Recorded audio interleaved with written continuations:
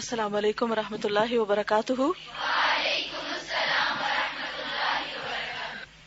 کیا حال ہے سب کا؟ نحمده ونصلی علی رسولہ الکریم. اما بعد فاعوذ باللہ من الشیطان الرجیم. بسم اللہ الرحمن الرحیم. رب اشرح لی صدری ویسر لی امری واحلل عقدۃ من لسانی یفقہوا قولی. تو آئیے دیکھتے ہیں کہ قبولیت دعا کے اسباب کیا ہیں. فصل پنجم. بعض لوگوں کی دعا بسا اوقات بہت جلد قبول ہو جاتی کیونکہ وہ سخت ضرورت مند ہوتے ہیں. ضرورت ان کے اندر اضطرابی کیفیت پیدا کر دیتی ہے، ہلچل مچا دیتی. اگر آپ کے اندر ہلچل ہے تو آپ دوسروں کے اندر بھی مچا دیں گے. جو وہ دعا مانگنے والا تھا نا، اس کے اندر ہلچل تھی اور اس نے اتنی شدت سے دعا مانگی کہ آسمانوں میں کھلبلی مچ گئی اور وہاں سے فرشتہ آ گیا. اور کامل اضطراب کے ساتھ وہ اللہ تعالیٰ کی جناب میں متوجہ ہو جاتے ہیں. یا یہ کہ دعا کرنے سے پیشتر دعا کرنے والے سے کوئی بڑی نیکی وجود میں آ چکی ہوتی ہے. یہ جو پہلی بات ہے نا اضطراب کی، تو اس کے بارے میں قرآن پاک میں بھی آتا ہے نا، اَمَّن يُجِيبُ الْمُضْطَرَّ إِذَا دَعَاهُ وَيَكْشِفُ السُّوءَ.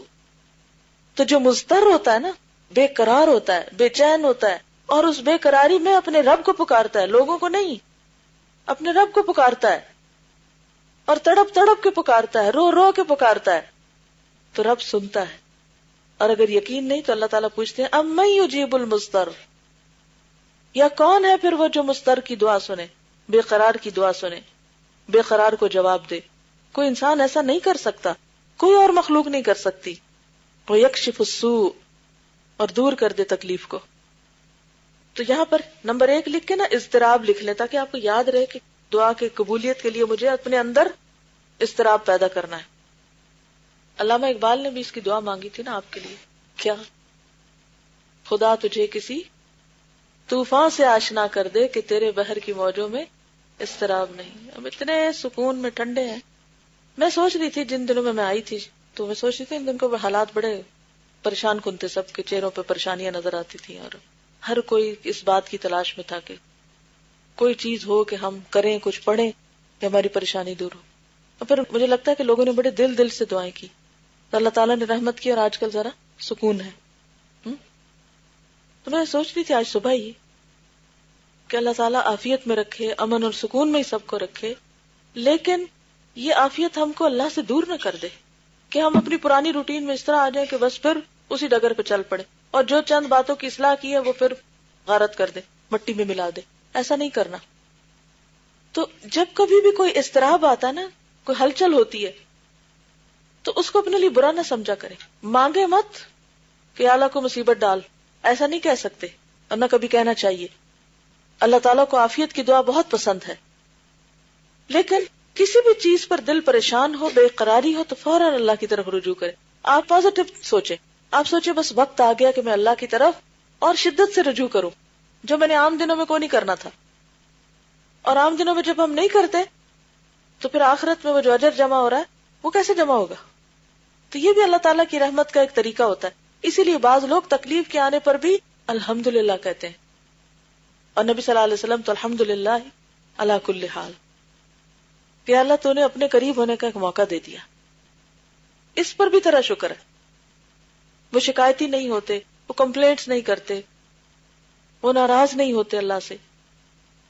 حدیث میں آتا ہے کہ جب اللہ کسی قوم سے محبت کرتا ہے تو ان کو آزمائش میں ڈال دیتا ہے، پھر وہ آزمائش اس بندے کو مضطرب رکھتی ہے، اور پھر اس اضطراب میں بندہ تڑپ تڑپ کے پکارتا ہے اللہ کو.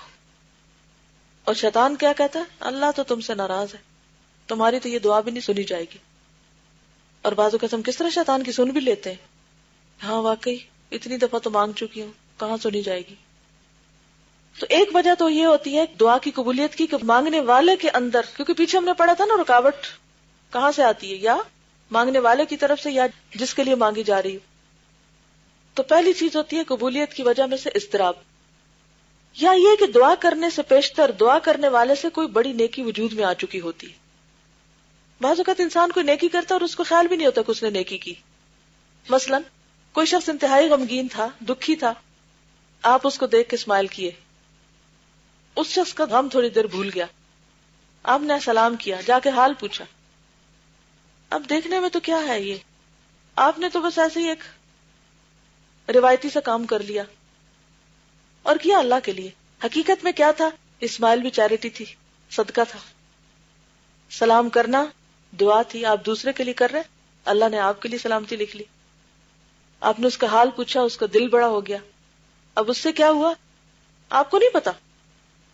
اچھا اتنے میں آپ جا رہے ہیں، راستے میں یہ عمل کر کے جا رہے ہیں، کوئی آپ کو اپنی پریشانی یاد آ گئی، آپ دل ہی دل میں اللہ کو پکارنے لگتے ہیں، یا اللہ تو میرا دکھ دور کر دے.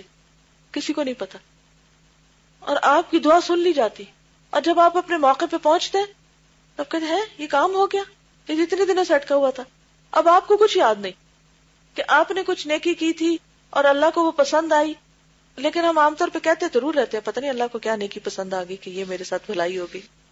تو یہی کانسیپٹ ہے وہ، یا اس قسم کی کوئی اور بھلائی جس سے اللہ تعالیٰ کی بارگاہ میں اس کی دعا جلد قبول ہو جاتی ہے. یہ دراصل اس کی نیکی کا صلہ ہوتا ہے. یا دعا کسی ایسے وقت میں کی گئی ہوتی ہے کہ وہ اجابت دعا کا وقت تھا، یعنی قبولیت کا وقت تھا. یا اس قسم کا کوئی اور سبب موجود ہوتا ہے جس کی وجہ سے اس کی دعا بہت جلد قبول ہو جاتی. یہ دیکھ کر بعض لوگ یہ گمان کرنے لگتے ہیں کہ اجابت دعا کا سبب صرف دعا کے الفاظ اور کلمات ہیں.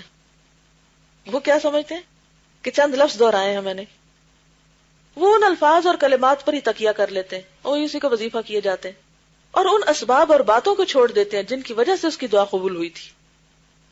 اس کی مثال بیان ہی ایسی ہے کہ کوئی شخص ایک مفید دوا کسی مناسب وقت اور مناسب موقع پر استعمال کرتا ہے، وہ اس کے لیے مفید ثابت ہوتی. دیکھنے والا سمجھتا ہے کہ صرف اس دوا کے استعمال سے اسے شفا ملی، کسی دوسرے سبب کی ضرورت نہیں، لیکن یہ قطعاً غلط ہے. دعا کے افادے کے لیے دوا کے علاوہ دیگر امور کی بھی ضرورت ہوا کرتی ہے. بہت سے لوگ اس غلط فہمی کا شکار ہوتے ہیں، اور اس قسم کی غلط فہمیوں میں سے ایک زبردست غلط فہمی یہ ہے کہ کوئی شخص اپنی اضطرابی کیفیت کے ساتھ کسی قبر پر پہنچتا ہے اور وہاں پہنچ کر بارگاہ الہی میں مضطربانہ حالت میں دعا کرتا ہے، روتا اور گڑ گڑاتا ہے. اس کی مضطربانہ حالت کی بنا پر اس کی دعا قبول ہو جاتی ہے. جاہل لوگ یہ سمجھنے لگتے ہیں کہ مقبولیت دعا کا سبب اور راز یہ قبر ہے، حالانکہ سبب کیا تھا؟ اس کا اپنا اضطراب. حالانکہ ان کا یہ سمجھنا سراسر غلط ہے.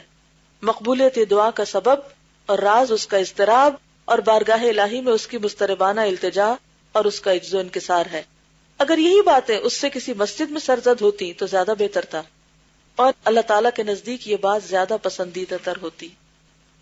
تو کیا سمجھ میں آیا کہ اصل چیز کیا ہے؟ کہ انسان کی جو بے چینی ہے، پریشانی ہے، وہ دعا میں شدت پیدا کر دے، اور انسان خود تکلیف میں بھی ہو تو دوسروں کی بھلائی کرتا جائے، دوسروں کے کام آتا جائے. نتیجہ کیا ہوگا؟ وہ بھلائی آپ تک پلٹ کے پہنچے گی. جزاکم اللہ خیرا. سبحانک اللہم و بحمدک، نشہد ان لا الہ الا انت، نستغفرک و نتوب الیک.